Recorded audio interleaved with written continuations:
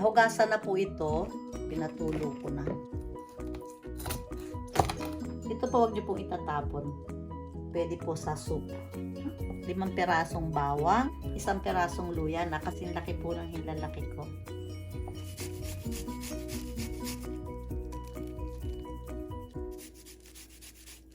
Ayan.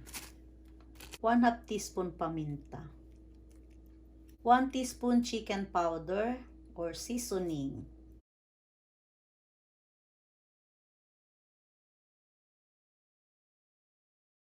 Hindi na po tayo magbababad.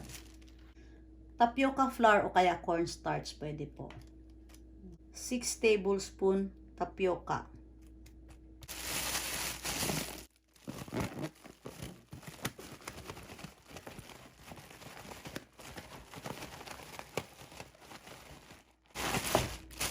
Ito na po.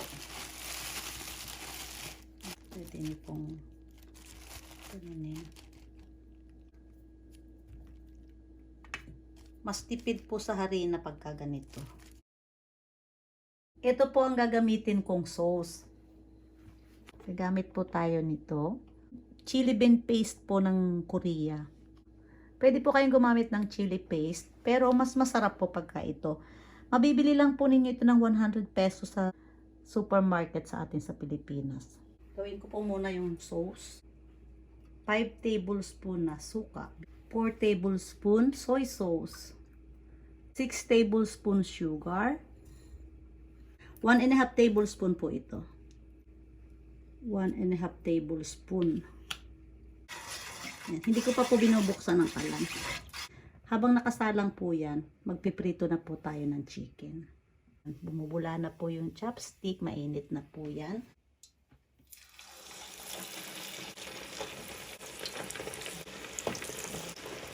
Mga 6 na piraso po. Chechikin nyo na paminsan-minsan.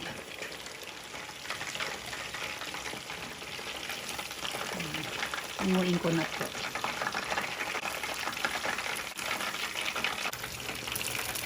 Ulitin po natin to.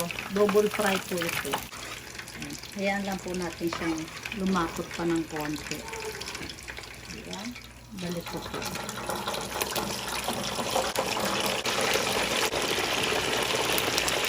Sabay-sabay ko na po lahat.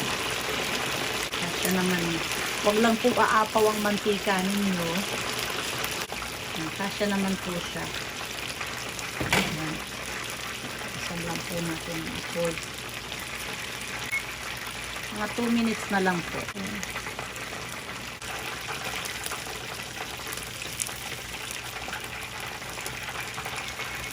Ayan. 2 minutes na po.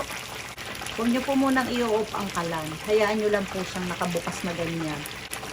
Saka nyo po kukunin ang chicken. Isa. Napakasarap po nito. Patutuluin po muna natin. Para po hindi masyadong mamantika. Ayan na po siya.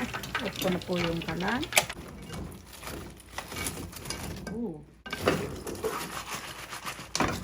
Basta haluin niyo po mabuti. Ayan. Okay na po yan. Sesame. Ayan. Ayan po.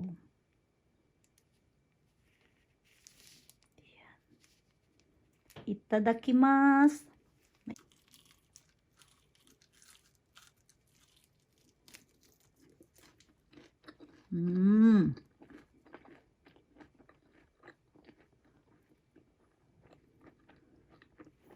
Ang sarap po. Tamis, asim, at yung toyo, tamang-tama po yung pagkakabalanse ng timpla. Napakasarap po. Ayan. Maliit.